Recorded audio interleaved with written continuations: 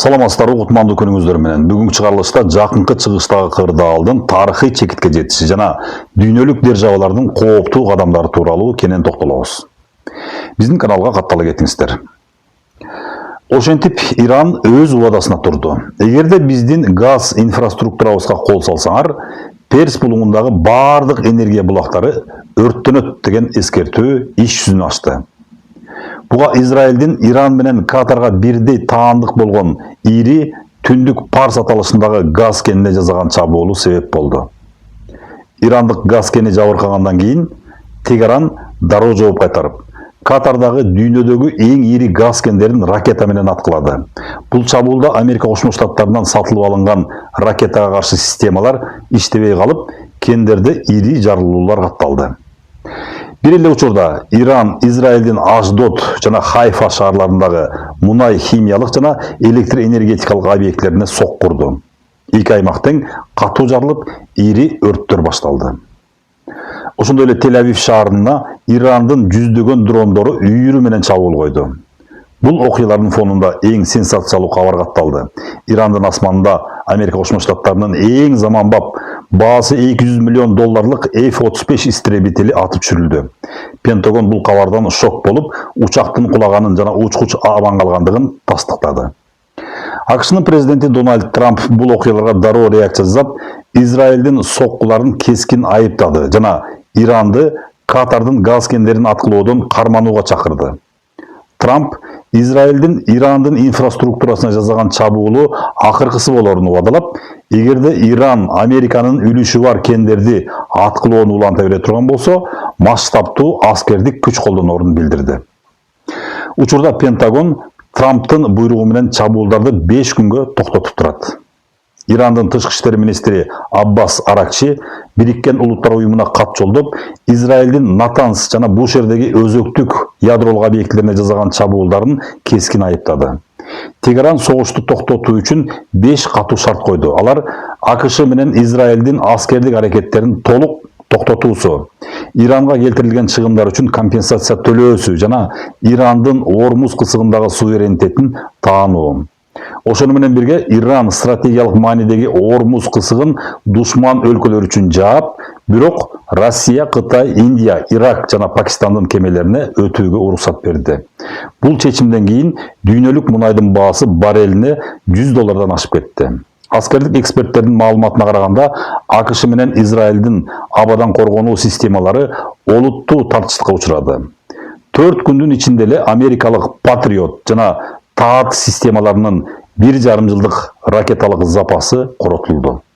Ал эми Ирандын асманында Россиядан келген заманбап Су-35С истребительдери пайда болуп, аймактагы аба мейкиндигиндеги балансты толугу менен өзгөрттү. Кытайдын лидери Си Цзиньпин болсо, Перс булуңундагы өлкөлөрдү АКШнын согуштук базаларына аймакты пайдаланууга уруксат бербөөгө чакырып, мындай чечимдер адилеттүүлүк болорун белгиледи. Соңку сааттардагы маалыматтарга караганда, Израилдин жогорку аскердик жетекчилиги Ирандын ракеталык потенциалын толук жок кылмайынча согуш токтобой тургандыгын билдирди. Бирок Ирандын куралдуу күчтөрү АКШ менен эч кандай сүйлөшүүлөр болбой тургандыгын кескин түрдө жарыялап, Тегерандын абадан коргонуу системалары дүйнөдөгү эң алдыңкы технологияларды жеңүүгө кудуреттүү экендигин далилдеп жатат. Аждот жана Хайфадагы өрттөр дагы деле өчүрүлө элек. Бул Израилдин энергетикалык коопсуздугуна чоң сокку болду. Ошол эле учурда Сауд Арабиясы баштаган Перс булуңундагы өлкөлөр Ирандын Катардагы кендерди аткылоосунан кийин өз коопсуздугу үчүн тынчтан башташты. Трамптын 5 күндүк тыныгуусун колдоп да жатышат. Орус-Украин фронтунда да абал курч бойдон калууда.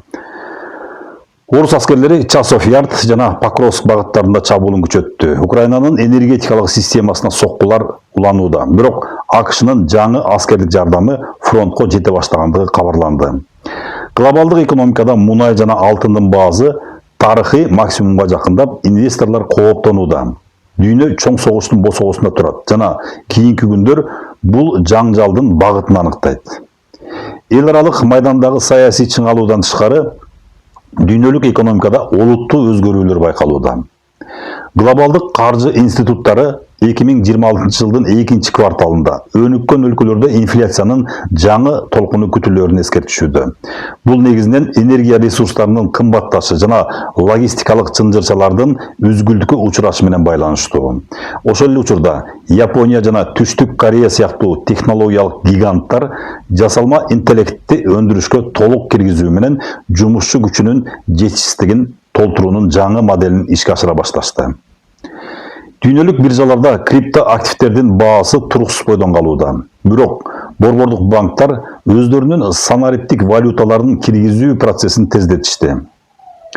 Илим жана технология тармагында тарыхый бурулуш жасалды.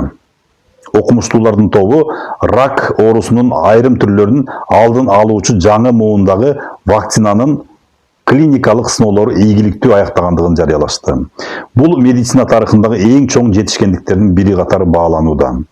Ошондой эле космостук изилдөөлөр боюнча Марс планетасында жашоо үчүн зарыл болгон суунун жаңы булактары табылгандыгы кабарланды.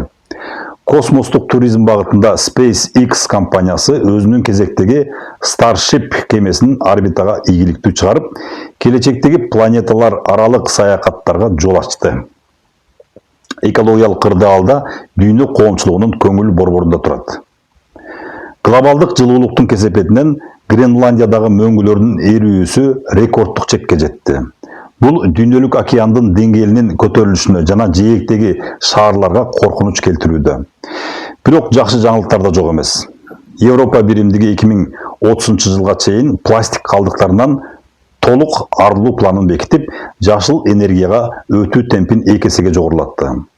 Ошондой эле Түштүк Американын тропикалык токойлорун калыбына келтирүү боюнча ири масштабтуу эл аралык долбоорлор ишке кирип, жер планетасынын өпкөсүн сактап калуу аракеттери күчөтүлдү.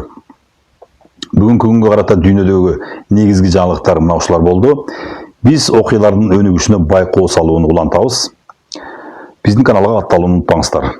Саламатта болуңуздар.